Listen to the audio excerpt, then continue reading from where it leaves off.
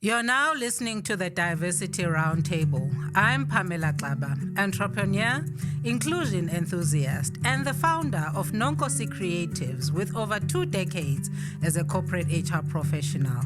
My goal is to give you insights into conversations with entrepreneurs and corporate professionals who have insightful stories of triumph and leadership. I uncover my personal journey from cultivating diversity and promoting inclusive communities.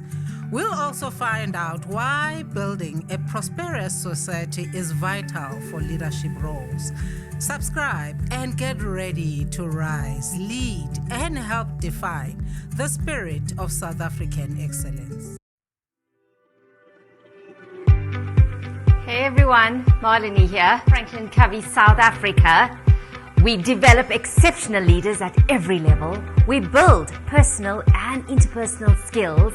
We create high trust cultures and we provide powerful execution frameworks.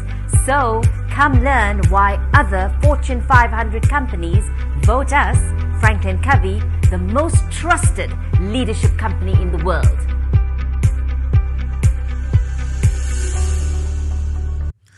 Well, good afternoon, everybody. Welcome to Diversity Roundtable. I know you're shocked. You're wondering, who is this man? Where's Pam?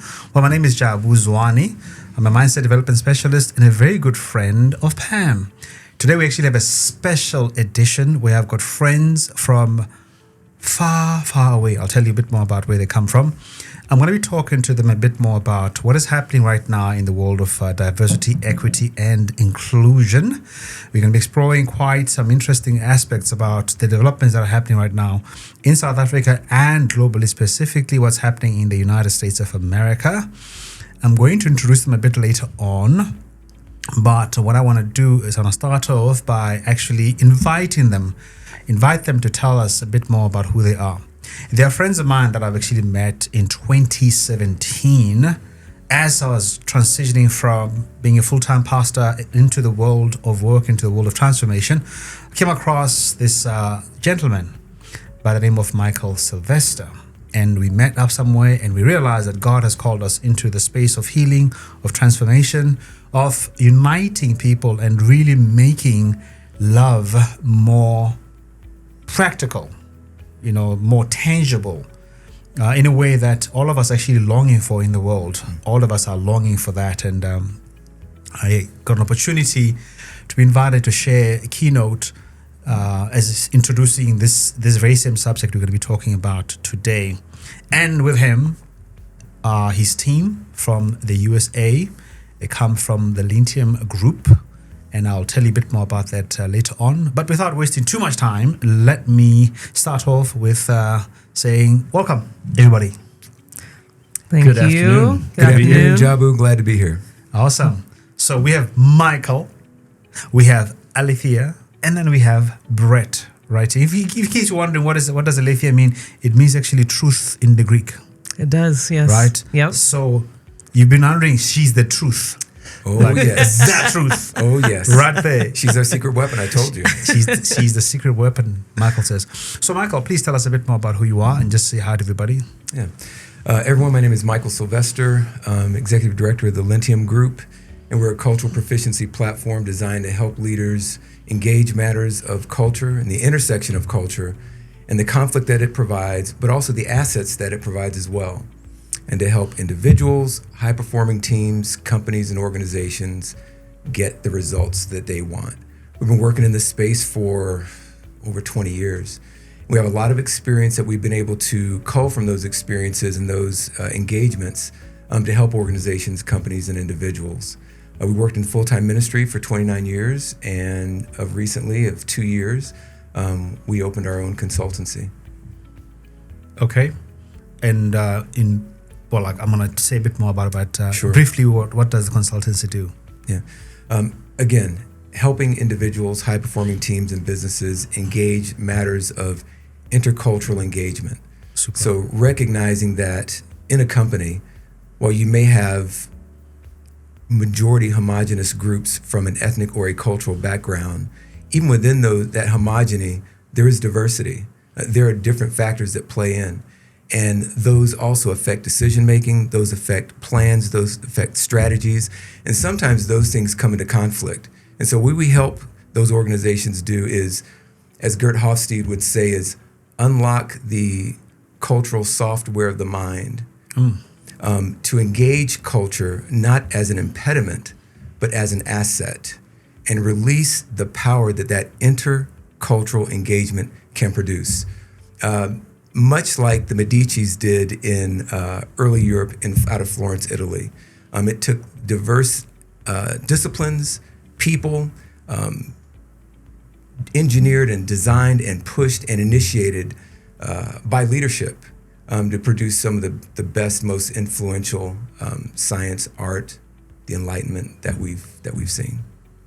Awesome. Thank you so much. Thank you. You. Over to you, Alethea. A bit more about you, please. Yes, Alethea, nice to meet everyone and great to be here. I have been working in this space for the last, I was introduced to the work in 2014, changed my life, and from there got invited by Michael to come close and be a facilitator in our iteration when we were with our former organization in 2015. And from there, my experience, leadership has grown immensely. And so I have the privilege to work full time with the Lentium Group now. I'm also the executive director of the Urban Project Los Angeles, which is where our work was birthed out of. And so I've been leading that now for the last couple of years, coming on the heels of Michael's leadership for 20 years. So awesome. Can you please tell us a bit more about the Urban Project? Yes, so kind of taking what Michael said and expanding that over what was a 3-week time frame now down to 2 weeks, where we specifically work with college student athletes, and we get to be in the context of community in South LA. We are in one house together, and we partner with some incredible people in the South LA area and also in Pasadena. And so we're engaging matters of race, culture, ethnicity, and the gospel. And so, it's structured around Dr. John Perkins' book, With Justice for All.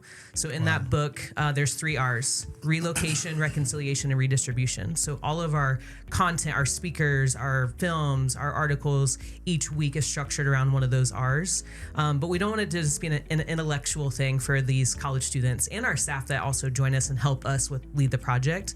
But they get to now go out, and we get to partner with some wonderful people, and they get to see every day for about 4 hours, Monday through Friday, get to see some of these things lived out.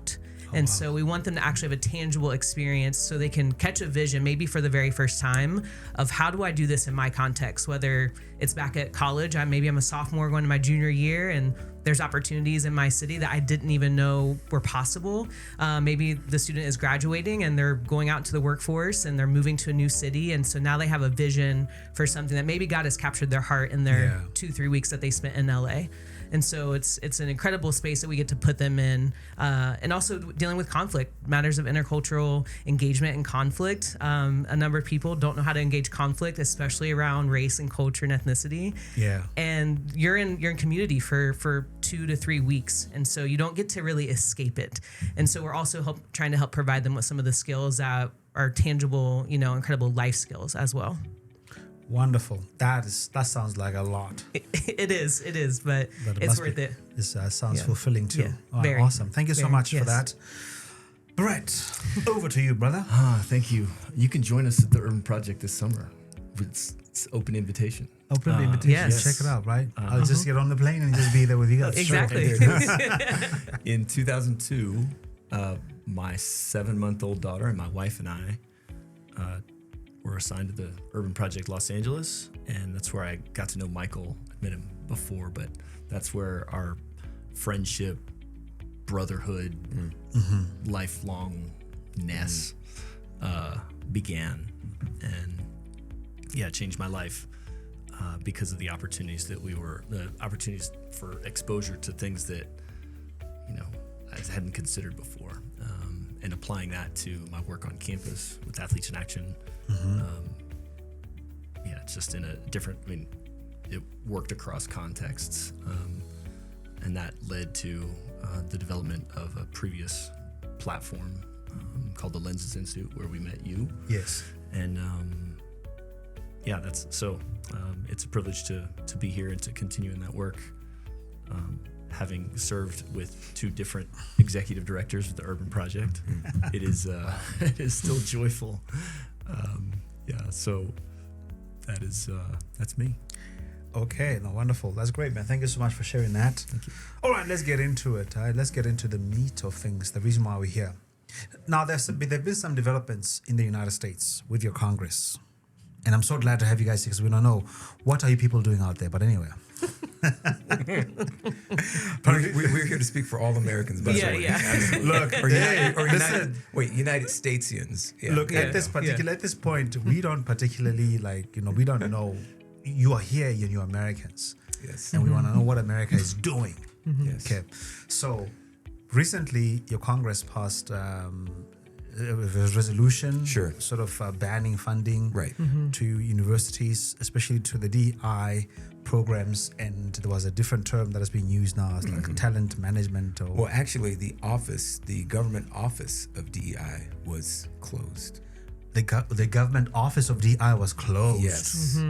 Okay. And that is the tip of the iceberg, or the ripple effect from different states and their governments initiating change to close down those efforts to provide more depth and more context, a more historical context of education for the next generation. And so it began as a push against some of the information that children were getting that would allow them to understand actually I would call it their family history of understanding America, the story of the United States. That was pushed back against as America began to engage the full and complete, more reflective truth of who we are. Is this the critical race theory you're talking about? Did you say that word? I mean, that's what I heard from your media. So yeah, so I'm just regurgitating from what I heard. That is a euphemism for simply history. Say that. Do you want to explain a bit more what you mean by that? Sure. It's been said that history is always written through the eyes of the victor. Yeah. And usually the victor will write history in more flattering context than what actually happened.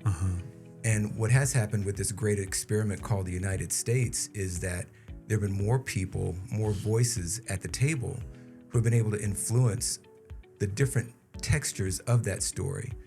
And all someone has to do is to think about their own life story and their own life history and what they know about their story. But that story changes when they talk to their auntie or their uncle. That story gains more depth and texture as they talk to their grandparents. Or they talk anecdotally about some of the elders around their family who knew them when and even before they were born. And that family picture begins to take a more full texture and context and depth of understanding for why we do the things we do, why those things happen the way they happened, why we live where we lived. Well, that's simply the story of the United States. The story's now trying to be told in a more full and robust way. Okay. But there are those who are threatened by what might happen if information, the truth, is reflected and shared as though truth somehow closes down compassion, empathy, understanding, and actually brotherhood and fellowship. Okay. When actually the opposite is true. When I more fully understand my personal heritage, which is a true thing, it allowed me to more fully embrace the people who are part of my heritage and understand who these people were and that they had names and they had lives and they informed who I am today. So that's what's happening right now. Okay. So from what I'm understanding, I'm just trying to make a similarity here with South Africa, where, of course, there's a history of people being moved from different places, being dislocated. Yes. Not dislocated, what's the word again? Migrated from the places and forcibly so, yeah. And then now that certain people are trying to sort of relay that history. Sure. Then instead of that being historical lessons, then there's a terminology. Is that where this critical race theory then comes from? Yeah. Okay. Yeah. Now, Alethea, coming over to you, then how important would you say it is that, this whole issue of history, especially as relates to identity, how important it is in this discussion? Oh, I think it's incredibly important, to to understand, talking about history, right? Like you need to hear the good, bad, and the ugly, right? We've been formed in so many different ways. And so when we leave parts out, then there is this like, oh, this is who we think we are. And it's like, that's only partially true. And so it's better for me to live into the fullness, into the truth of the good, bad, and the ugly, right? And to say, let's no longer actually do those things. But if we actually don't even know what those things are if we don't embrace, if we don't acknowledge it, if we don't face those things head on.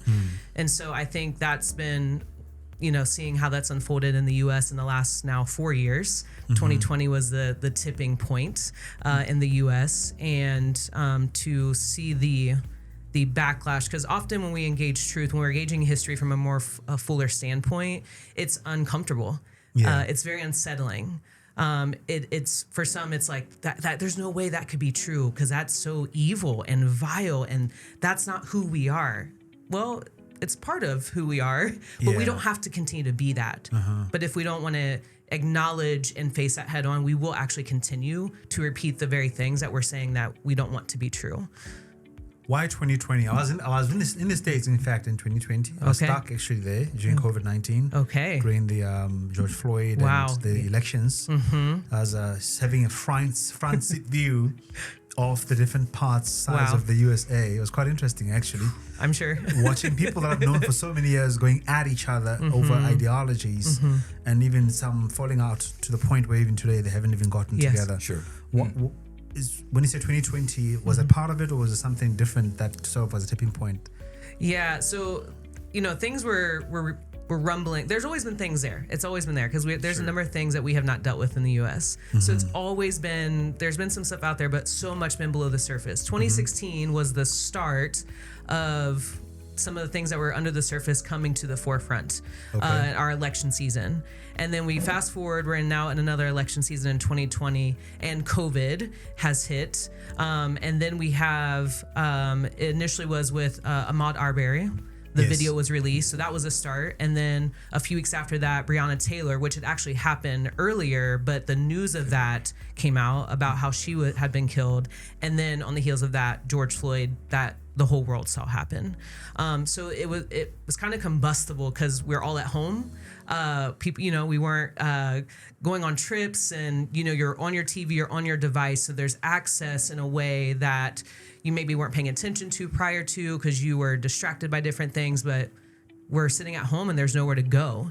And so you're forced to see some things for a number of people that they wanted to ignore or didn't want it to be true. And I think there's a combination of things all happening at the same time and the tension that was already present because we were in an election season. So that in of itself was already tense. There were already things that we were dealing with on the heels of 2016 and the presidency for those 4 years, and then with the things that were made visible. And there have been things being made visible, since we go back to Trayvon Martin in 2012, Mike Brown in 2014. So there was some visibility, but again, I think 2020, we're home, right? And so more things are being recorded, more things being talked about. And so then there's this overflow of there's so much we're dealing with and wrestling with. Again, that I think the 2016 election began to open up a bit for many Americans. And so then I think 2020 was that tipping point to begin to have the conversation more publicly. And you felt what you saw in the streets, right? What you saw, the dialogue or not dialogue, just some of the yelling and things of that nature. Again, I think is stuff that had been boiling for so long that for some did not know any other way for that to come out. And so it became the topic of conversation that you couldn't really avoid. And it was things, again, that we needed to address. Wow. I saw you wanted to say something there, Michael. You brought up a great point, Alethea. I think also with COVID, we lost the ability to connect. Yes. And to interconnect. And oftentimes our human nature is to operate with like. And so if I have limited time to engage and operate, I'm probably going to go with people who are like me. And what that can do is lead to a silo of thought.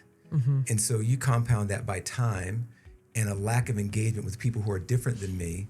And now you've got a nest fertile for ideas, thoughts that can be activated by a spark. And that spark has happened several times in the United States as the world has seen. Okay. Wow. Well, Brett, I mean, you are here, and then you are on the. We're talking about history. Because of the way you look, right? You are on the other side, or at least your people are on the other side of history. Your people. Your people. Ooh, yes. But anyway, I'm just very curious to know, as a white American male, and then you are involved in such a meaningful way in this space, and I would imagine, one would not expect, necessarily to have the straight white the dude. avatar of the villain. I'm just messing around. Right. But I just want to know. I'm just curious to know, help me understand your involvement in this work of cultural fluency and diversity, equity, and inclusion. Sure. Yeah, it's a great question. So I live in Lexington, Kentucky, or Lex Vegas, as we sometimes refer to it. And 98, I moved there. We're doing the typical fellow shopping, looking for a church. And I'm working with athletes at the time. Okay. And the Bible study I was leading, 9 o'clock or 10 o'clock on Monday nights, there were 2 white dudes, me and one of the football players, and the rest were African-American men. And things that I experienced from those guys, it was sweet relationships.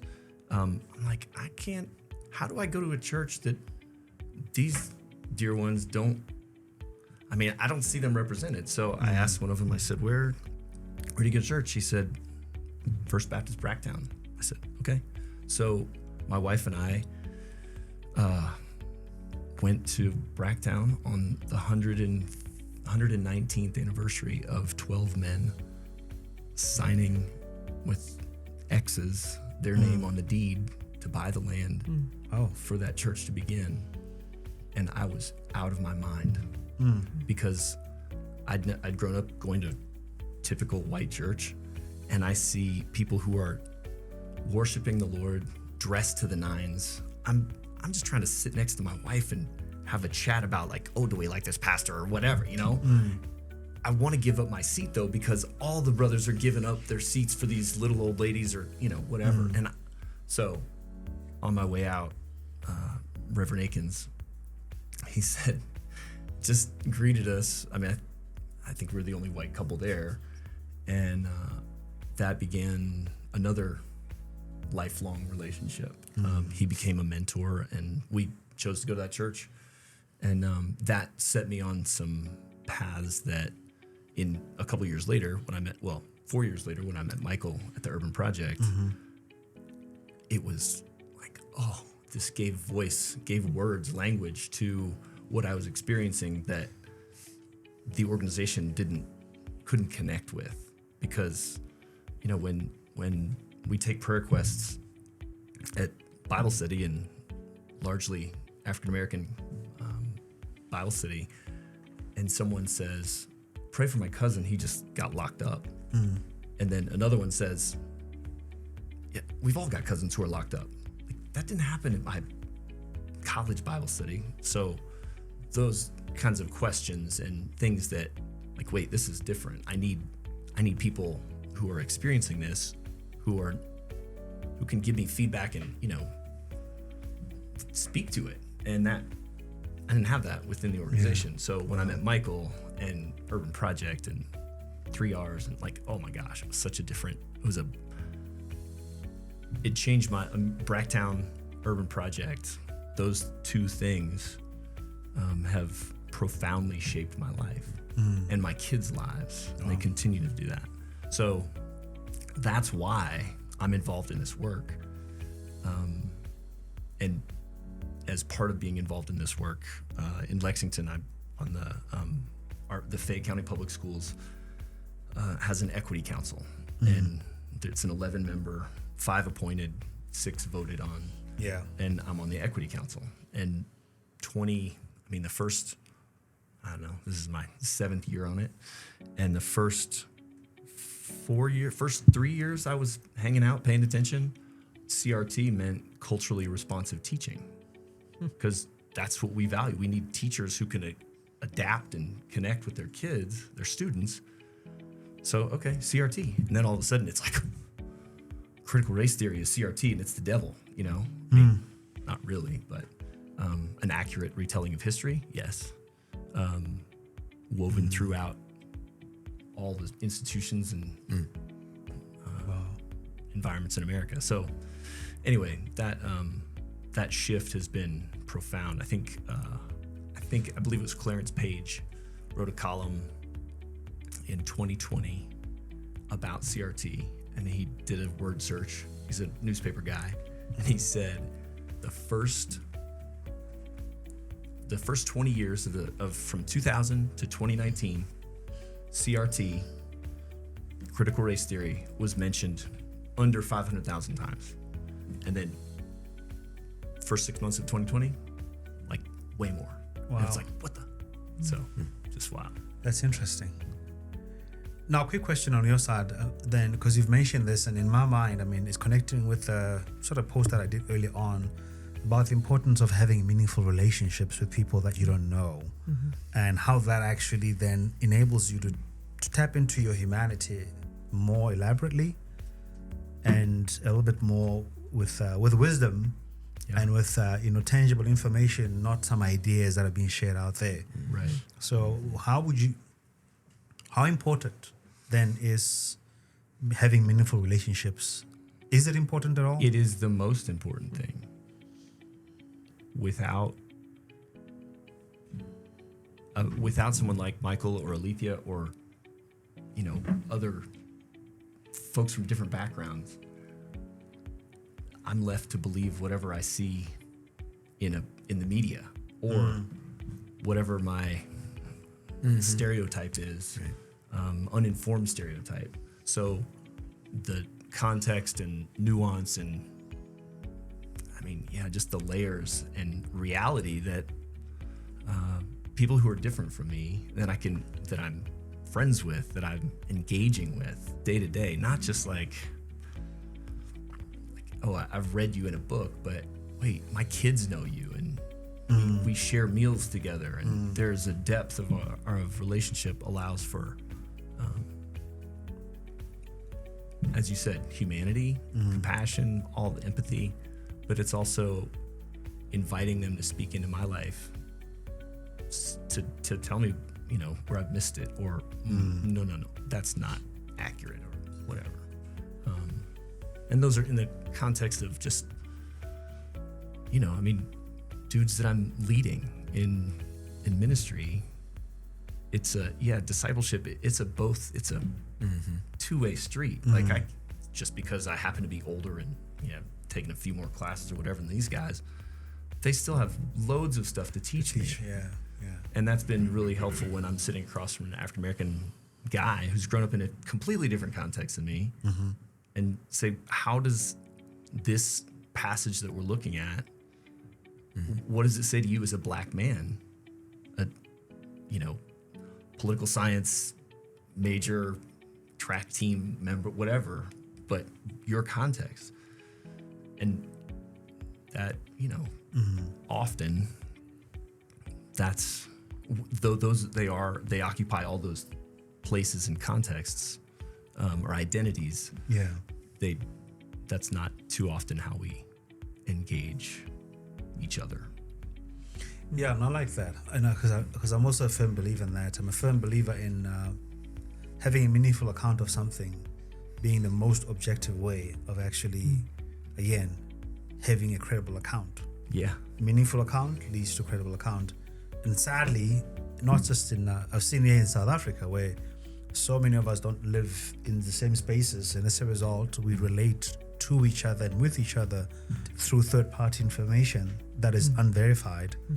And as a result, we find ourselves more willing to account to that version rather than account to the need to transform. Yes. So I saw you raise your hand there, Michael.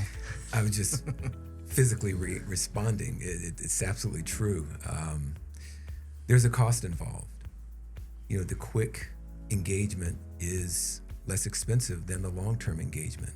it's much easier for me to click or go through a third party than to get to know my sister or my brother. It's a lot easier for me to hear about something than to know something and be in relationship with something. It's a principle of proximity that goes throughout the scriptures, and it definitely plays itself out in business, in education, and every other way.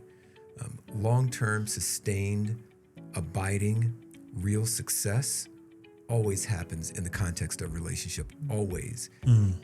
We can cite chapter and verse throughout the history of mankind that successful engagements have always happened in the context of relationships, and that sustained engagements have happened in the context of relationships. Those quick, short, anecdotal have faded away rather quickly.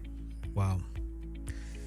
Sure, there's a lot more we can say about this, but I want to get into some more technical aspects of what we're talking about. Now, let me ask you this question, starting with you, Michael, again. How important is it for a country like South Africa with a very similar history to that of the United States, number one, to collaborate, and number two, are there any lessons for us as South Africa to learn from what happened in the United States? So, Sure. The question of collaboration, is it important for us to collaborate? With the United States? Yeah. Absolutely. I think that the lessons that we both can learn from one another are enormous. We in the United States suffer from a disease of arrogance, and the idea that because we have the most, or we are the most powerful physically, that might makes right, and that we can simply, oftentimes, not all the time, but oftentimes shout down or throw money at a dilemma as though that were going to solve the problem. And that's not true.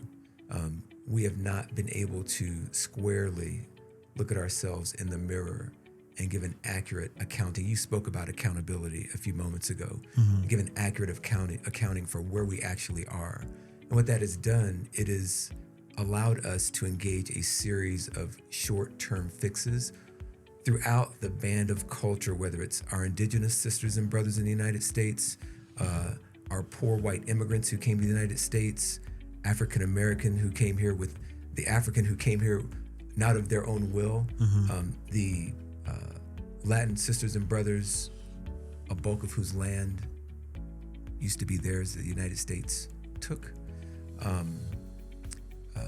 We suffer from short, anecdotal remedies that are low in cost and also low in product. There is one thing that we did that we had some accidental success that we need to pay attention to. And that is the school desegregation. On one hand, it threw kids together in a moment at the stroke of a pen. It was written into law. You cannot segregate the classroom. And while there were efforts after that, somewhat successful efforts to go against desegregation, i.e. private schools, homogenous groups, largely those in power would create homogenous private schools that were barriers of entry for people of color, okay? But what desegregation did was it put kids in the classroom together who looked differently, who had a chance to struggle with one another, to fight with one another, to reconcile with one another, to reconcile with one another, and even develop loving long-term relationships, and even become friends.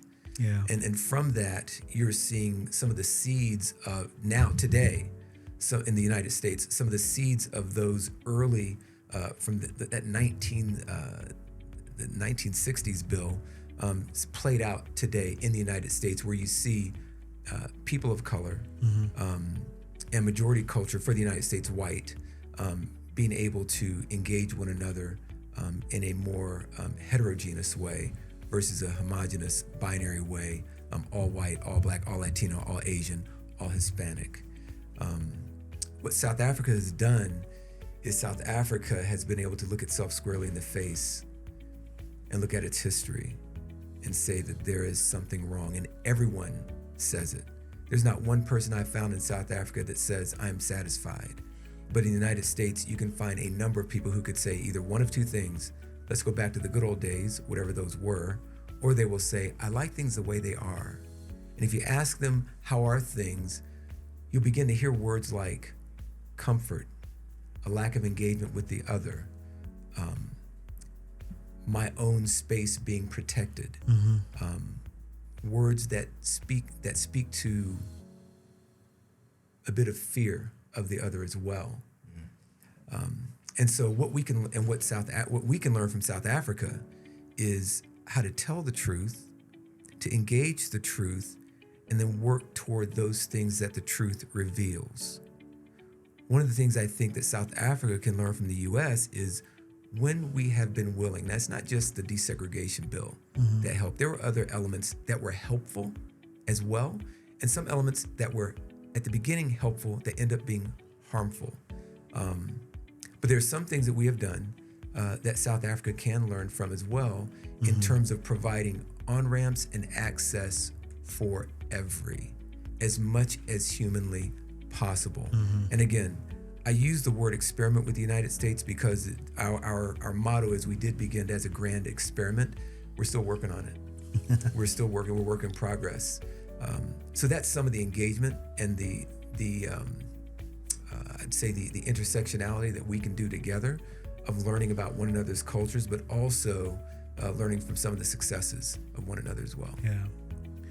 I mean, I think I would agree with you as far as, doing the best we can to create access for each and every, because I think for me, being a South African, as much as it is true that a lot of South Africans are willing to agree to the fact that something went wrong, but it's not translating meaningfully into what that knowledge means. Well, I think so. There's definitely a lack of accountability to that acknowledgement and understanding, because when you're looking at the boardroom, when you're looking at the economy, when you look at the entrepreneurship space, when you're looking at the geographical areas in South Africa, it's not translating very well, that knowledge. Whether it be from the government perspective, whether it be from the private sector perspective, or academia.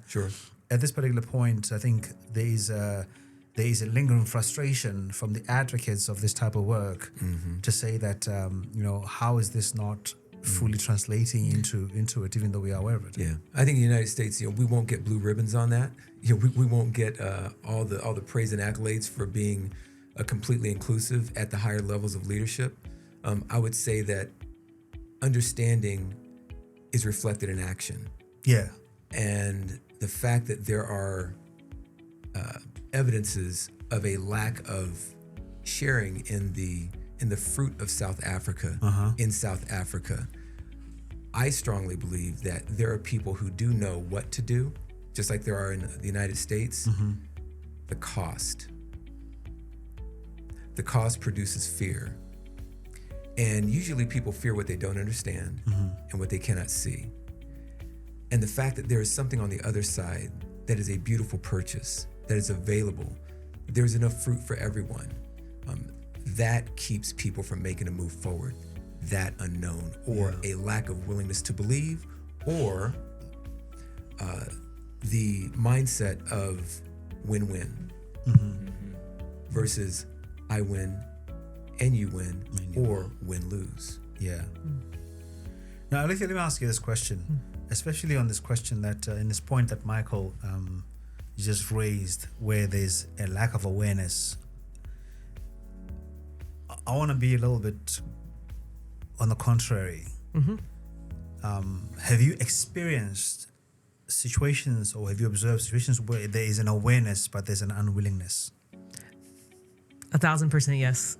Okay. Yeah.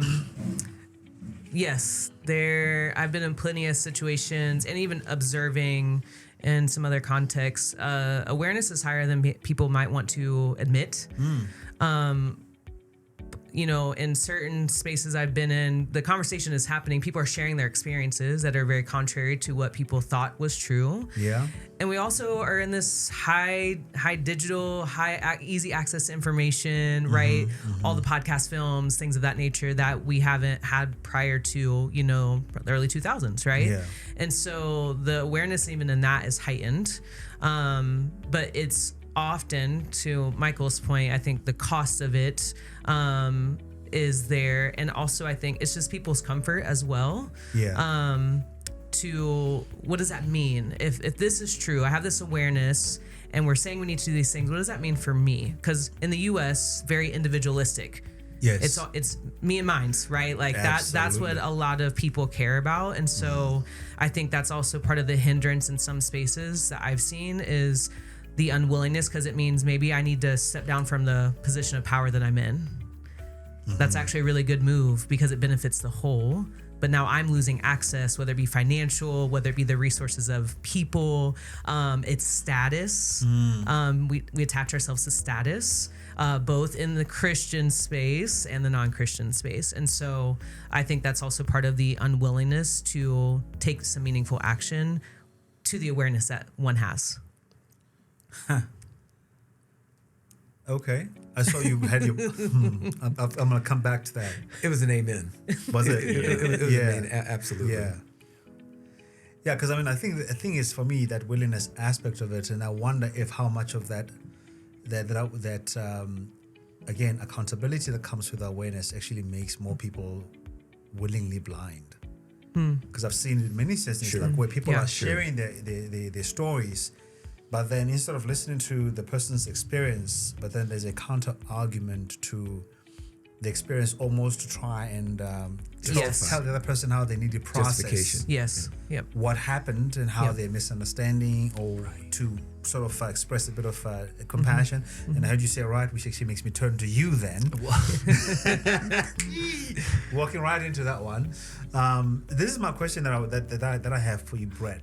With what we just said now, I mean, I don't know if this has happened or if you have experienced this at all, where maybe there have been certain observations you've made where some discussions are being had simply because there's an assumption that you probably would side with a particular argument.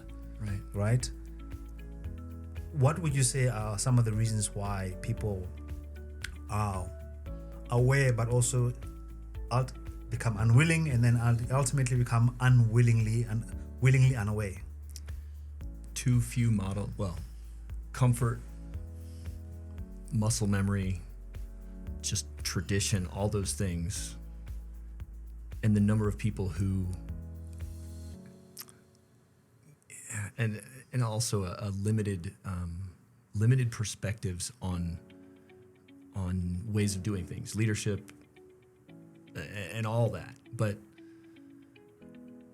I mean, we read books and they're all written by, university elites or whatever who have a particular bent, whatever. But there are lots of different ways to lead. And I think, if it's the culture within an organization or a community or whatever, it tends to be the thing that is followed rather than, I mean, if you're too linear, you're going to just stay on the same track. When being out of the box and considering others' perspectives and inviting, seeding, sharing, whatever those, the status and the office or the power, and seeing how people respond to that. We just don't have enough. We need more examples of that, more illustrations and chances where people can see that, this worked, by golly, and it was not according to the standard traditional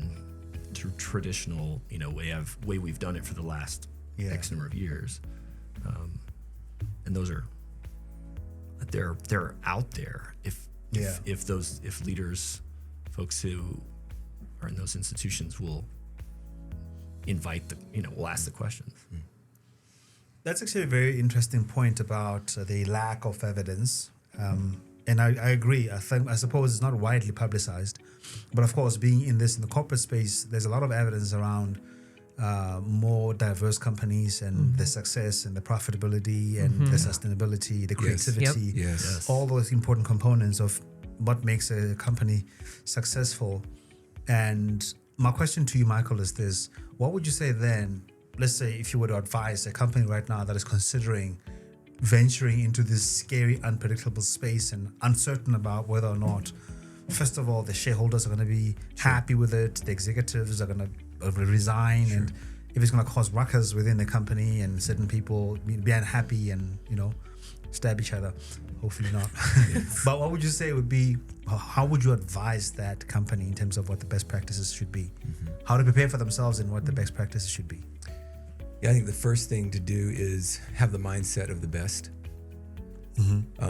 We can, in those engagements, the thing that's most familiar is the most comfortable, and is the thing that we'll choose. So there's a concept called homophily, which basically says that we're attracted to like and kind. Okay. That happens in the social space, that happens in the business space, Yeah. that happens in the science space. And oftentimes what happens is that we blind ourselves, or we become calloused to those things that are different, that may be even better for us. So at the very front end, I would tell that board that's forming that company, that founder, to begin with the DNA of the organization from the very beginning, have the mindset of pursuing the best in a blind way. There's anecdotal evidence of companies using blind applications to find the best candidates, recognizing that those who are in positions of power to make decisions are actually some of the impediments to finding the best. And so these companies have started blind questionnaires, blind interviews to objectively look at the talent base of people who are applying for these positions. And overwhelmingly, the result of that talent base has been diverse, both in gender, both in ethnicity, Wow. both in backgrounds, your socioeconomic background. And all that has done is provided a groundwork at the very beginning of the best possible team that can be achieved. And if the idea of a company, which it is to generate profit for the shareholder, that's the purpose of a publicly traded, of a private company, is to increase and produce profit. The only way, one of the ways you can do that is to produce the best product. And a way to produce the best product is to have the best minds at the table when you design the product. And the way to do that is to begin with the end in mind, and that is excellence. And excellence does not have one color and one shape. Excellence is a cornucopia. It is a mosaic that just looks different, but it produces the very best. And so for a company, I would say start off with that, with the end in mind of excellence, in a very small b, blind way, of being able to recognize as much as possible what is the best for us in that individual. I'm going to throw another question at you, especially in the point of having that blind sort of objective metric that they can use for selection of who the best candidate is. And I'm very glad that there's anecdotal evidence that it becomes diverse. However, in South African context, though, it becomes challenging in a sense that quite a huge percentage of our population is still marginalized, which means that as far as developmental leverage, they are quite far behind academically, access to different, infrastructure that obviously would enable you to participate fairly in that space of excellence, right? Because if you can imagine South Africa, one person has to take, we call them taxis here, or public transportation mode, take 3 different types of that to get to the place of work. Takes about 2-3 hours. By the time they get there, they're quite tired. And the likelihood also is that maybe they don't even have, they're quite unfamiliar with that environment because they come from what I call it's not so institutionalized environments, a bit more informal, infrastructure a bit undeveloped, more sort of agreement, mutual agreement. So there isn't really a clear institutional way of running things like as it is in the business environment. How can then a company take that factor into consideration? The fact that you may have, let's say you got the best metric as far as finding talent and finding as diverse a talent as you possibly can. But unfortunately, the composite of the people you've got is such that a big number of those people have not had the opportunity to get to that point. I'll answer it in a few ways. One, for those in homogenous environments who run their businesses and make their businesses homogenous culturally and ethnically, they make allowances all the time for where they find talent, but they may be lacking in one certain area. They will staff up that area of lack so that they can get the best that is that person's particular talent. So for example, let's say they're technically able, but communication, they are terrible at. Yes. What they will do is common. they will find a quote unquote technical translator for that person, so that person can do the best at what they do, and that technical translator will then communicate to the rest of the organization what that person is actually doing, so that the company can retain the absolute best talent. There's nothing that says that company needs to be in the other side of town where the other talent can't get to. You know, that company can make some different decisions and say, you know what, we're going to move more centric. That may cost us a little bit, but the benefit of having that talent on our team, it's worth it. And so the company can make some trade-offs to change the way they do business so that they can garner the most talent and the best talent. Again, it reminds me of the concept, the psychological concept of scotomas, okay? A scotoma is simply a blind spot. Yeah. And I'll share that by sharing a story real briefly. We had an opportunity to get a vehicle and years ago, and we were looking for a car. We finally got, it was a Volvo. It was a green Volvo, 1990s green. And got the Volvo, and all of a sudden I'm driving it, and all over Los Angeles freeways, I found Volvos for a week.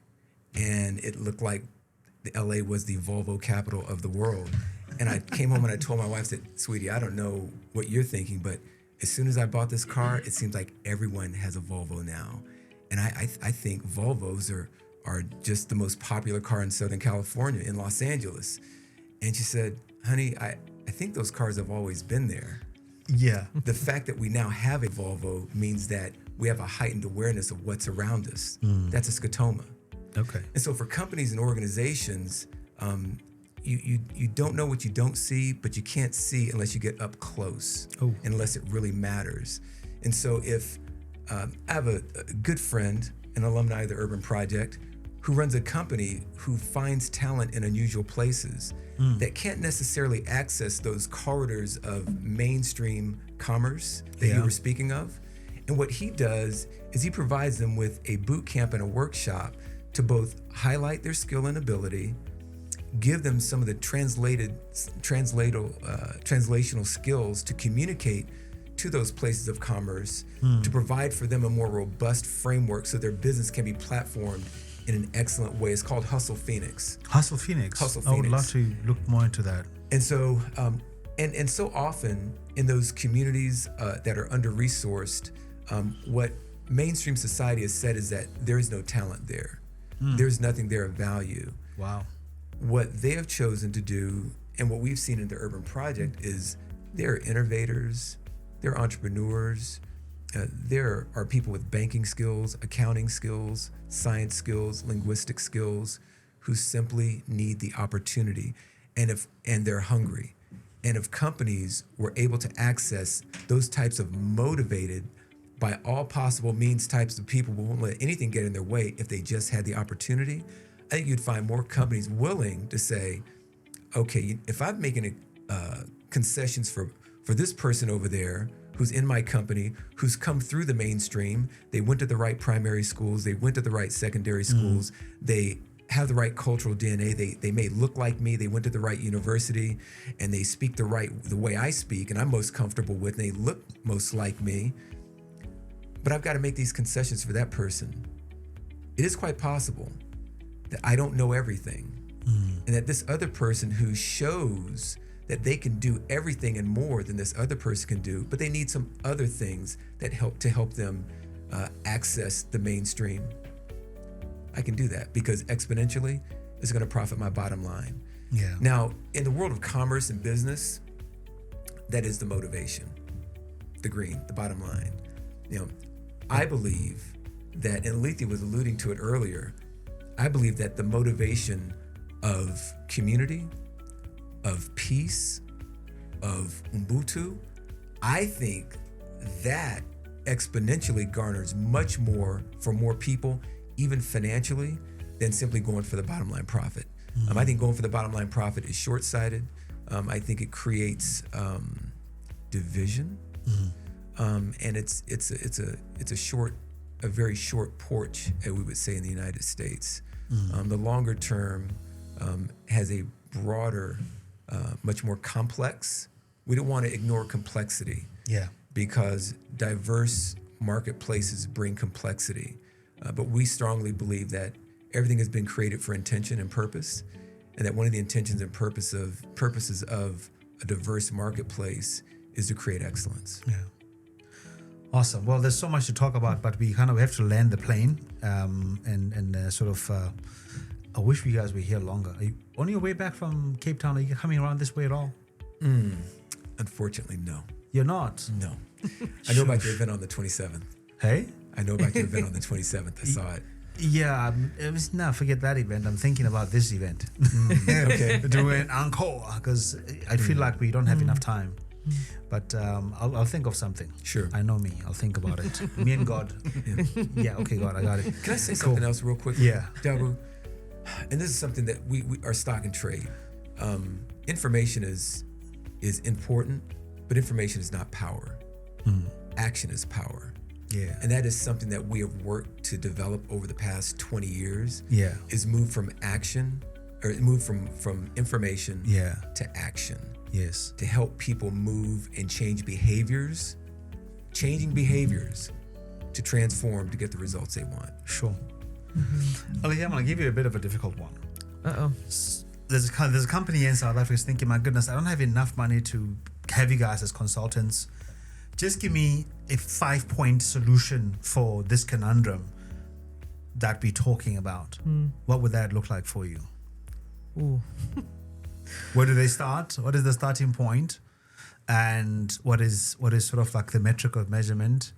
And what should they look at as an outcome to determine whether or not their program is succeeding? Okay, so you're saying they have a conundrum. They don't have the money to hire for, a big consulting. But saying, those American dollars, not at that. But hey, what are the 5 things? What is give me a quick. There doesn't have to be 5. Give me 4. Just give me a quick remedy, because you're Christian and you're gracious. So just give me something. Oh gosh, yeah, that is challenging. Let's see, what would I say to that? One, I think it's important to know what is their stated outcome. What is the goal? What do they hope to see happen, right? If you can't bring on consultants for, a 3-day project or whatever the case may be, but what do you feel like, here's the one thing, and this is what we hope to see differently, right? Like, to be able to state that. And then I think ask a few questions to make sure we have enough context and clarity with whatever the short time frame would be, to be able to present questions such as, for example, just to make sure we understand. You give us a stated goal or a stated outcome.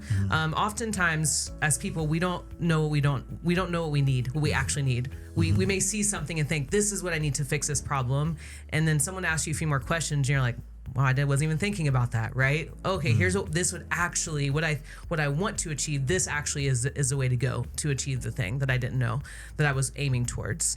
And so I would say, here's what you say your issue is, and here's what we hope to see X amount of people hired, or for this, to retain this part of our workforce. Okay. Yeah. So ask a couple more questions, again, depending on what the outcome is. Yeah. And then, I think from there, there's some recommendations. I think one of the things that's helpful is an assessment. I think that's easily accessible versus bringing on a consultant for a full day or something like that. Great, and so that's a better entry point, I think, is say, okay, let's maybe take this assessment and go from there, right? So you have this assessment, and then say, okay, here's what the assessment is saying, and here's some action points that we could present to you. I think there's challenges to the implementation of that, again, because do people have the experience or some of the training or the context that they need to actually see those things move forward. But what could we provide someone to help them maybe take that first next step to begin to build on something, right? You may not achieve that outcome. It actually might take a little bit more work than one may realize, but how do we help someone take that next step? Right? You may not achieve that outcome. You want to achieve it in a month. that actually might take you 6 months. Yeah. And that's okay, right? That's okay. But how do we help someone take that next step forward? Yeah. And so I think that would be another suggestion. I think we could give Yes. to help someone to start to move towards what they hope to see to be different. Excellent. And we've seen that in our previous work, where we've seen organizations, companies, whatever, make the effort, and it not just a corporate effort, but an individual effort. So if the folks at the top are saying, hey, this is important to me, to the organization, it's also important to me.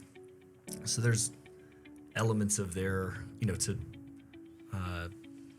give light or provide vision to some of their blind spots, their scotoma.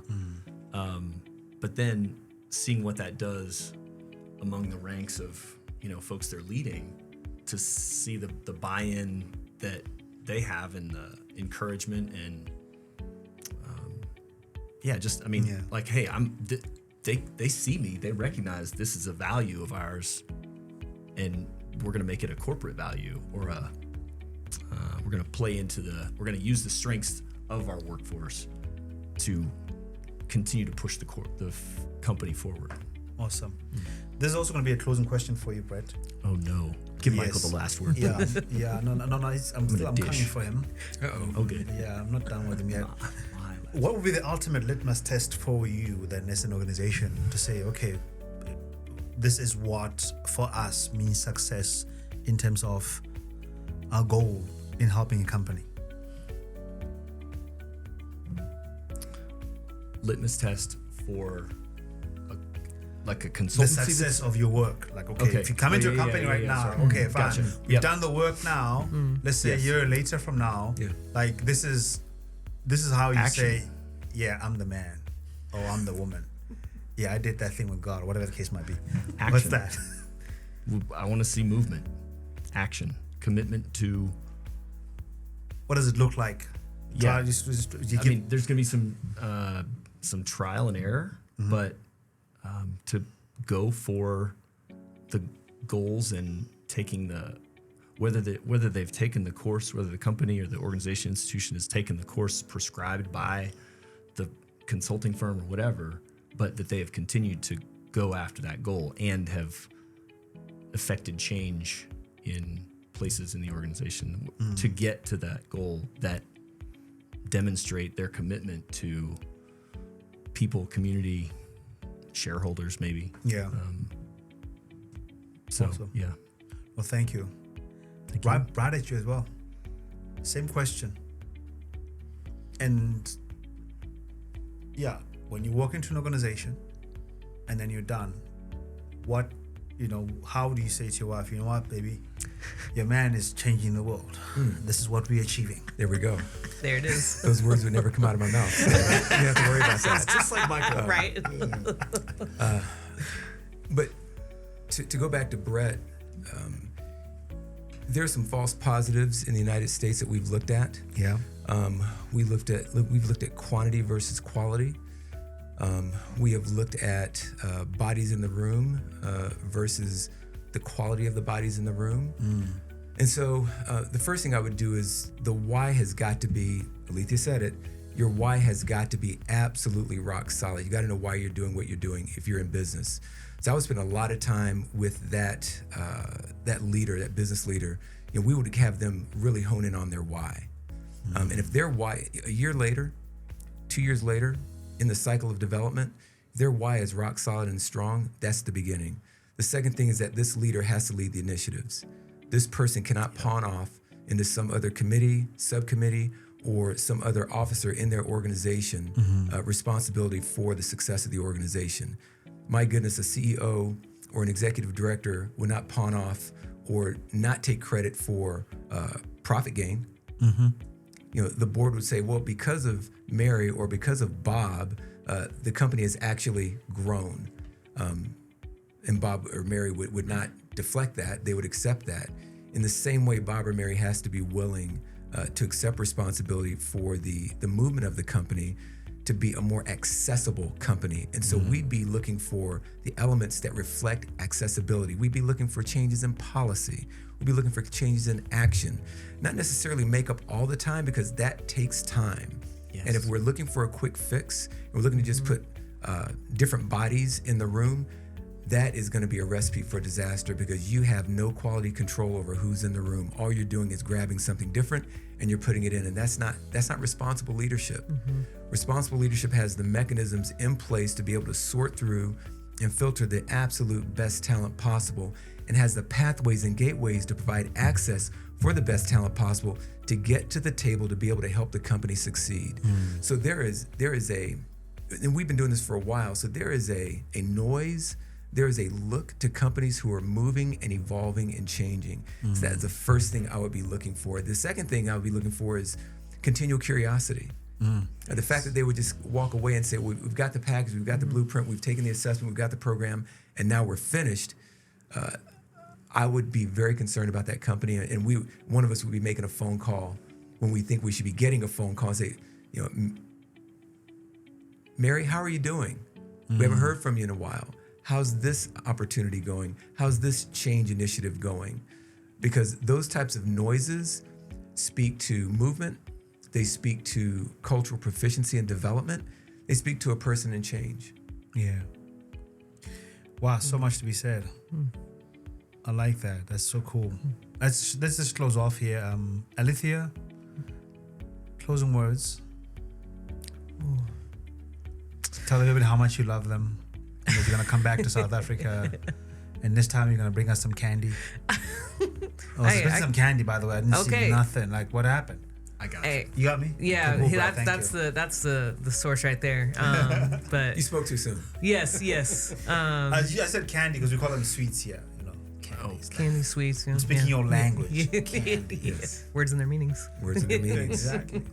No, I mean, this is my first time to South Africa, so. Oh, it is? Yes. So, I'm grateful to get to be here and to, again, not just read about it or hear about it from Michael or from some other friends who have been, but to actually taste and see myself. Yeah. To have my understanding and experiences shaped and formed by a firsthand experience. And so I'm grateful to get to be here and to interact in these ways and to learn and soak it up, and to see and to hear. Even, Jabu, I'm grateful for some of your reflections, even in this conversation, being South African, right? Because we have a perspective from the U.S., right? But for you to be able to say, well, some of that might be true, but here's some of what we're still seeing and feeling and experiencing, and so that is, I think, so helpful for me in my learning and the work that I do, and to have an eye outside of the U.S., right? To look towards to help me grow, I think, in the work that I'm doing, and how does that then play out in the context that I'm in the U.S. I know one of the surprises, you didn't know how cool I was. I mean, I heard you were cool, but it's different now you to get a experience in first-hand person. taste. Exactly. And you also didn't know how cool the guys in the back are. I did not. So It's cool. Go spread the word. They're beyond cool. Just tell them. They're beyond cool. Just tell them, like, listen, The glue. we was there, man. Yeah, And it's things legit. are different. Yes. Right? Brett, closing words, brother. Thanks for having us. It's my pleasure, man. It is.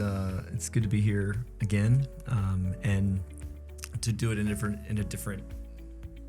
To come alongside some folks, and be involved in this work. I think I look forward to seeing the continued rise of South Africa, on the global stage, business, all that. I mean, even just on our drive from the airport, like. Last time I was here was 2003. Yeah. Things have changed. So different. Things have changed. Things have changed. So yeah. thank you. Well, thank you. Thank you for being here. Michael, closing words, and how can people get a hold of you, of you guys? Yeah, lentium.org. Contact us and let us know. Okay, please spell that out. Sure, LENTIUM, lentium.org. Go to that website, go to our contact page. We'll get back to you as soon as possible, within 24 to 48 hours. Just email us and let us know.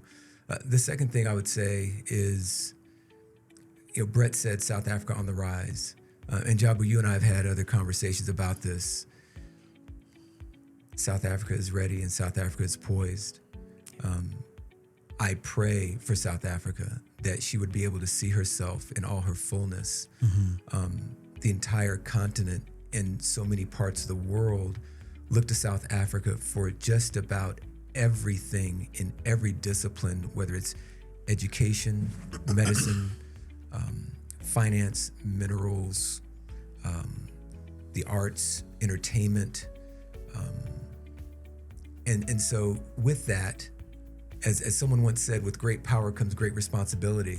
The encouragement to South Africa is that she would be responsible and not abdicate that responsibility to anyone else, but that she would be able to take care of her own house and keep her own family together, and thereby go to a new day for South Africa, not looking back, but go to a new day that's not yet been. And I think being on this continent, in this place, to do that here, in this way, knowing what she has come through, it'd be written in the annals of history for a long, long time. So I'm excited about it.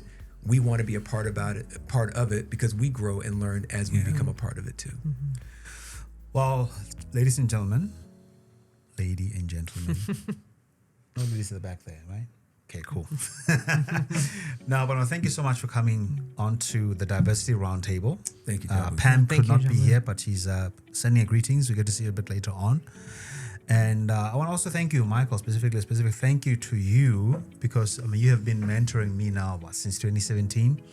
But also more than that, being a brother and just opening up your space. Amen. For me, and because of that, because of my relationship with you, I continue to open up my space to the young people as well, because that was what I have learned.